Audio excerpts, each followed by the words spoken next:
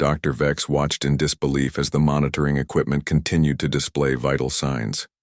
By all logical medical understanding across the known galaxy, the human designated as Tom Wilson should have ceased functioning hours ago. Yet there, he was, breathing steadily, his remarkable cardiovascular system pumping what should have been a fatally depleted blood supply through his damaged organs.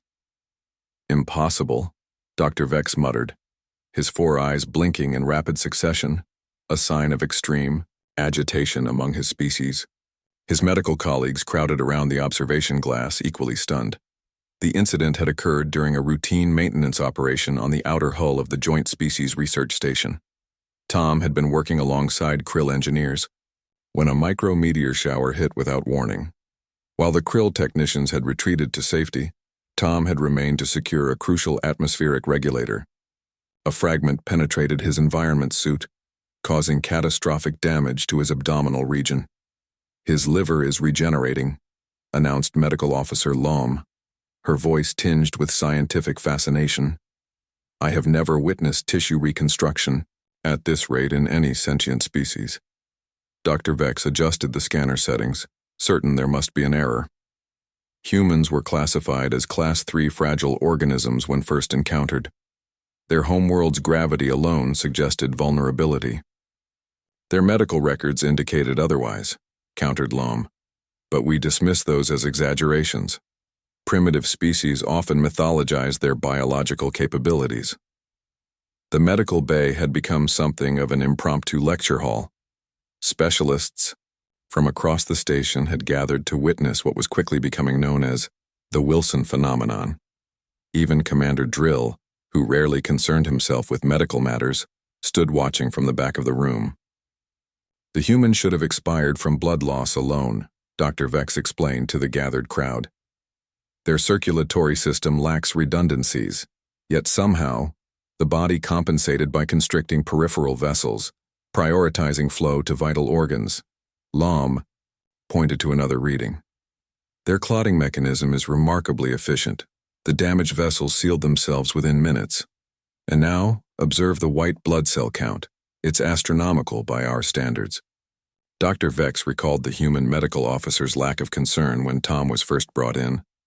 Dr. Anna Taylor had calmly assessed the damage, administered what seemed like rudimentary treatments, and stated with remarkable certainty, "He'll pull through."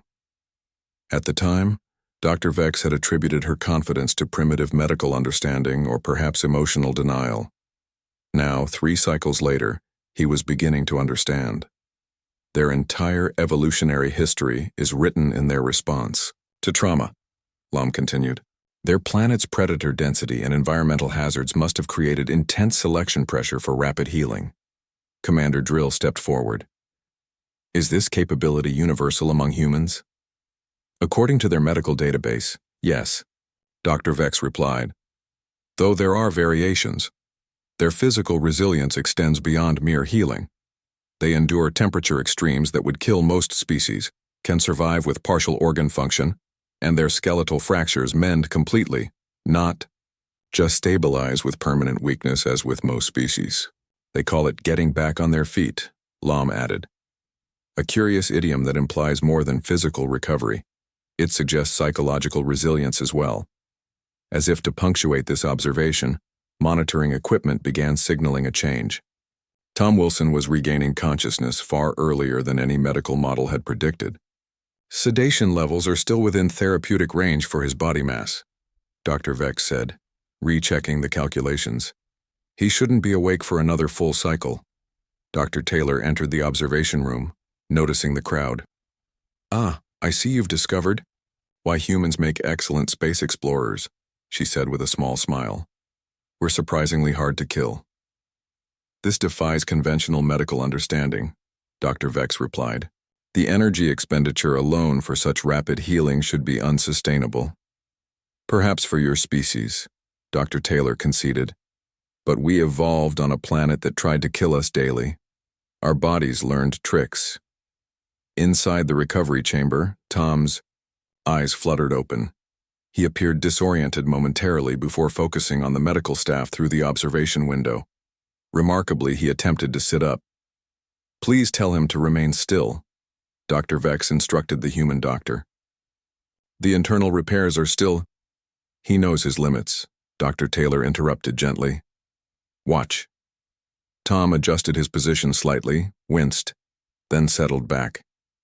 He raised a hand in what Dr. Vex had learned was a human gesture of reassurance. He's already assessing his own condition, Loam observed. The neural pathways between pain receptors and conscious evaluation must be extraordinarily sophisticated. Commander Drill stepped forward. Doctor, what are the implications of this discovery? Dr. Vex considered the question carefully. We've underestimated humans' biological capabilities significantly. Their classification should be revised immediately. This resilience explains much about their rapid expansion into hostile environments. And their confidence, added Loam. What we interpreted as recklessness might simply be an accurate assessment of their recovery capabilities. As the medical staff continued their discussion, Dr. Taylor approached Tom's bedside. Through the audio feed, Dr. Vex heard her simple question. Pain level? 6, Tom responded hoarsely. Thirsty. Dr. Taylor nodded and provided water. The station's quite impressed with you. You've become something of a medical curiosity. Tom managed a weak smile. Tell them it's just what humans do. We break, we mend. Dr. Vex recorded this exchange carefully. Such simplicity in describing what was, in fact, a biological marvel beyond anything in the galactic medical literature. These humans didn't just survive. They recovered, adapted, and continued. The implications extended far beyond medicine. A species with such physical resilience would approach danger differently, would calculate risks using a different equation than most sentient beings. The human willingness to explore hazardous environments suddenly made perfect sense. They weren't reckless. They were simply built to endure. Revise all protocols regarding human emergency care, Dr. Vex instructed his staff, and prepare a report for the Galactic Medical Council. It seems we have much to learn from the remarkable creatures called humans.